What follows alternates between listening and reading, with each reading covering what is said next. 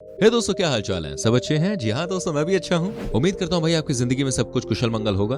वैसे दोस्तों, हम आपको बता दें, इस दुनिया में देखिए 7 महाद्वीप हैं और इनमें दूसरा सबसे बड़ा महाद्वीप है अफ्रीका। जब भी हम सबसे गरीब देशों की सूची देखते हैं दोस्तों, तो उसमें से अधिकतर देश अफ्रीका महाद्वीप के ही होते हैं। अफ्रीका के दर्जनों देश ऐसे हैं जहाँ लोगों को 2 वक्त का खाना भी नसीब नहीं हो पाता।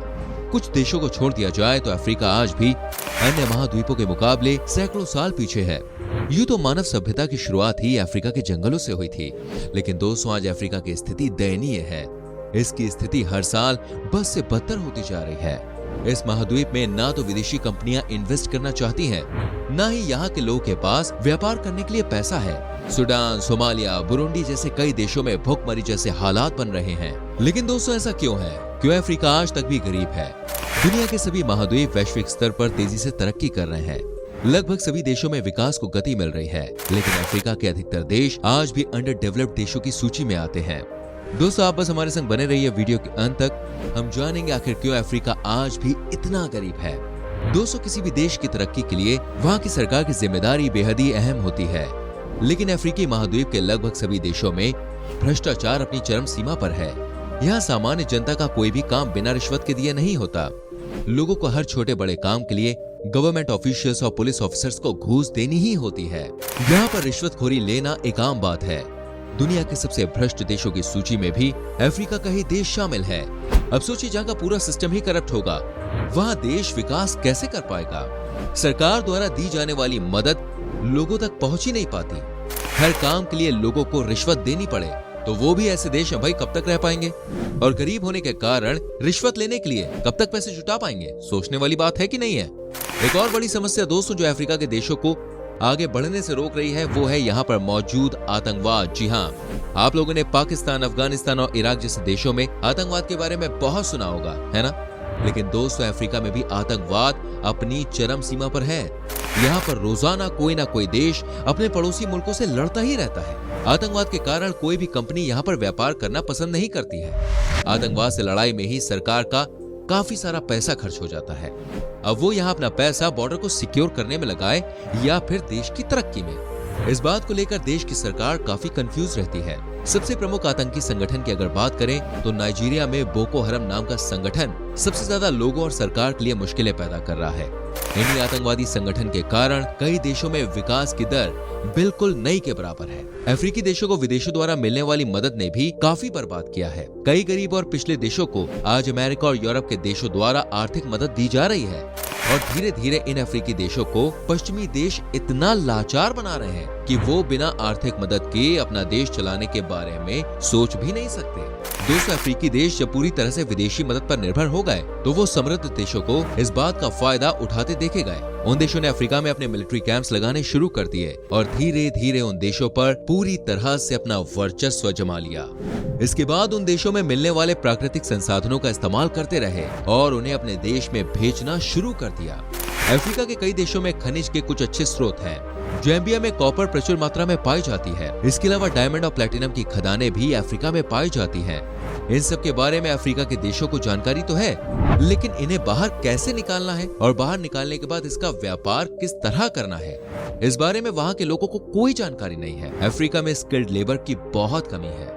वहाँ काम करने वाले लोग तो हैं, लेकिन काम करना कैसे है ये बताने वाला कोई नहीं है दोस्तों। इसके अलावा जो लोग खदानों के बारे में जानते भी हैं, वो इलीगल माइनिंग करना शुरू कर देते हैं। अफ्रीका के ज्यादातर देशों में ट्रांसपेरेंसी की भारी कमी है। किसी को नहीं पता कि सरकार क्या कर रही है और वहाँ के बड़े व्यापारी क्या कर रहे हैं। साथ ही साथ कई बार विदेशी ताकत जो मिलिट्री बेस बनाकर वहाँ रह रही है, वो भी इन संसाधनों का व्यापार शुरू कर देती है और बदले में उस देश की सरकार को आर्थिक सहायता देते हुए अपंग बना देती है। सरकार को उनके खनिजों के मुकाबले बहुत ही कम रकम दी जाती है। साथ ही यहाँ के कई इलाके सहारा रेगिस्तान में आते हैं दोस्तों, जहाँ पे बहुत कम बारिश होती है। कई देशों में हर साल अकाल भी पड़ता है। ज्यादातर देशों में खेती के लायक उपजाऊ जमीन भी मौजूद नहीं है। इसके अलावा आसपास के मुल्कों से अपने बॉर्डर की रक्षा करना भी यहाँ पर एक बहुत बड़ी चुनौती है। अगर किसी जगह खनिजों की खदान पाई जाती है तो उन्हें बाहर निकालने के लिए पर्याप्त साधन और इक्विपमेंट्स मौजूद नहीं है। लेबर द्वारा सारा काम करना देखिए बहुत महंगा पड़ता है और यहाँ पर कई बार ये नुकसान का सौदा भी साबित होता है। अफ्रीका में किसी भी प्रकार की ट्रेड ट्रेड पॉलिसी नहीं है फ्रेंड्स। यहाँ पर सरकार ऐसे कोई कदम नहीं उठाती कि विदेशी कंपनियों को अपने देश में व्यापार करने के लिए आकर्षित करे। किसी भी कंपनी को आकर्षित करने के लिए दोस्तों उन्हें लालच देना देखिए बहुत जरूरी होता है। अगर इस प्रकार की ट्रेड पॉलिसी बनाई जाए कि जो भी कंपनियां यहां आकर काम करेंगी उन्हें टैक्स बहुत कम देना पड़ेगा, लेकिन बदले में हमारे युवाओं को 50 या उससे अधिक प्रतिशत तक रोजगार देना होगा। इस तरह की जो नीतियां हैं इससे अफ्रीका को काफी फायदा हो सकता है। इससे यहाँ पर विकास होगा, इंफ्रास्ट्रक्चर बेहतर होगा और लोगों को भी रोजगार मिलेगा। लेकिन ये वहाँ पर होना बेहद ही जरूरी है कि ऐसी नीतियों पर काम किया जाए। लेकिन दोस्तों यहाँ पर फिर एक नई समस्या पैदा हो जाती है। अफ्रीका में बेरोजगारी केवल काम ना मिलने के कारण नहीं है, बल्कि यहाँ के लोगों का अयोग्य और अशिक्षित होना भी है। पिछले कुछ सालों के दौरान अफ्रीका के कई देशों में विकास की नींव रखी जा चुकी है। सरकार भी देश के इंफ्रास्ट्रक्चर को बेहतर बनाने की कोशिश कर रही है, लेकिन जो कंपनियां यहाँ काम कर रही है ना, उन्हें उनके मुताबिक योग्य उम्मीदवार काम के लिए नहीं मिलते हैं। इसलिए बाहर के लोगों के जरिए यहाँ पर काम संभाला जाता है। अगर अफ्रीका की आबादी इतनी सक्षम हो जाए कि अपना काम खुद संभाल सके, तो फिर यहाँ के देश भी तरक्की की राह पर चल सकते हैं। 207 महाद्वीपों में से सबसे कम लिटरेसी रेट भी अफ्रीका का ही है। यहाँ की बड़ी आबादी आज भी पढ़ना या लिखना नहीं जानती है। हालांकि युवा आबादी को शिक्षा की ओर प्रेरित किया जा रहा है, लेकिन यहाँ की शिक्षा प्रणाली बहुत ही ज्यादा खराब है। यहाँ बच्चों के लिए ना तो बेहतर स्कूल है, ना ही कॉलेजेस है और ना ही अच्छी यूनिवर्सिटीज हैं। वहीं कुछ जगह स्कूल तो बनाए गए हैं, लेकिन उनमें से ज्यादातर स्कूल में सिर्फ प्राइमरी शिक्षा ही दी जाती है। उसमें भी सरकार द्वारा किसी प्रकार की सुविधाएं बच्चों को दी नहीं जाती और ना ही बच्चों के अभिभावक उन्हें पढ़ने के लिए स्कूल भेजते हैं। स्कूल के बिल्डिंग से लेकर वहाँ के फर्नीचर और बैठने की जगह सब कुछ खस्ता हालत में है। देश में एजुकेशन सिस्टम को मजबूत करने के लिए कई एनजीओ काम भी कर रहे हैं और कई स्कूल तो पूरी तरह एनजीओ द्वारा ही संचालित किए जा रहे हैं। लेकिन भ्रष्टाचार की पट्टी बांधे बैठी सरकार को इन सब से कोई मतलब नहीं है। उन्हें कोई फर्क नहीं पड़ता कि देश के युवा शिक्षित बने या नहीं। ऐसा इसलिए भी है क्योंकि अगर युवा पढ़ लिख सकता है तो उसे रोजगार देना होगा। वहीं सरकार के पास जॉब अपॉर्चुनिटीज की भी भारी समस्या है और एनजीओ के पास पैसों की कमी के कारण सभी लोगों को शिक्षित कर पाना किसी भी हालात में मुमकिन नहीं है। इसके अलावा दोस्तों अफ्रीका में बुनियादी स्वास्थ्य सुविधाओं की भी भारी कमी है। हर साल लाखों की संख्या में लोग स्वास्थ्य सुविधाओं की कमी के कारण अपना दम तोड़ देते हैं। साथ ही अफ्रीका में अन्य किसी भी महाद्वीप के मुकाबले सबसे ज्यादा बीमारियां फैलती हैं। यहाँ एड्स जैसी बीमारी होना बिल्कुल आम बात है। लोगों को इन बीमारियों के बारे में ज्यादा जानकारी नहीं है और न ही सरकार इन्हें जागरूक करने के लिए कोई अभियान चलाती है। मलेरिया, डेंगू जैसी बीमारियां यहाँ बिल्कुल आम बात है। इसलिए दोस्तों अफ्रीकी लोगों की इम्यूनिटी भी बहुत ही कमजोर मानी जाती है। साथ ही यहाँ पर अंधविश्वास भी है। जब भी परिवार के किसी सदस्य की तबीयत खराब होती है तो लोग उसे डॉक्टर के पास लेकर नहीं जाते, बल्कि अपने कबीले के सरदार या प्रमुख के पास लेकर जाते हैं। वो झाड़ फूक से बीमारी दूर करने की बात कहते हैं। ऐसे अंधविश्वास के कारण बहुत से लोग दम तोड़ देते हैं। साथ ही वहाँ पर लोगों को जनसंख्या नियंत्रण के बारे में भी कोई जानकारी नहीं है।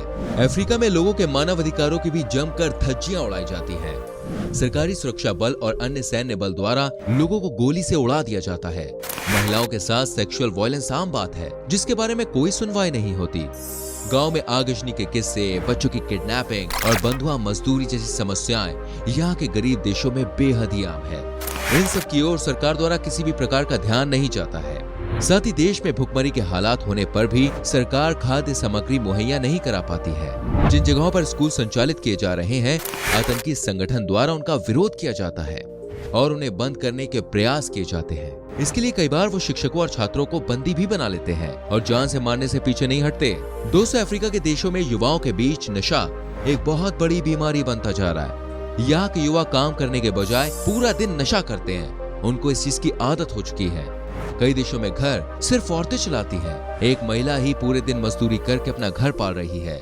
युवा और पुरुष नशे की चपेट में आकर अपनी जिंदगी बर्बाद कर रहे हैं। अगर अफ्रीका को भी दोस्तों एशियन या पश्चिमी देशों की तरह तरक्की और विकास करना है तो उन्हें अपनी कमजोरियों की ओर ध्यान देना होगा। अफ्रीकी देशों को भी इन सब बातों की ओर मुख्य रूप से ध्यान देना होगा। यहाँ पर भ्रष्टाचार में कमी लानी होगी। देश के युवाओं और बच्चों को शिक्षित करना होगा। विदेशी कंपनियों को ट्रेड के लिए आकर्षित करना होगा।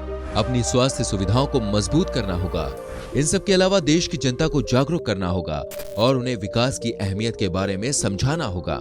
जब तक दोस्तों देश की जनता विकास नहीं चाहेगी, तब तक किसी भी देश का विकास संभव नहीं है।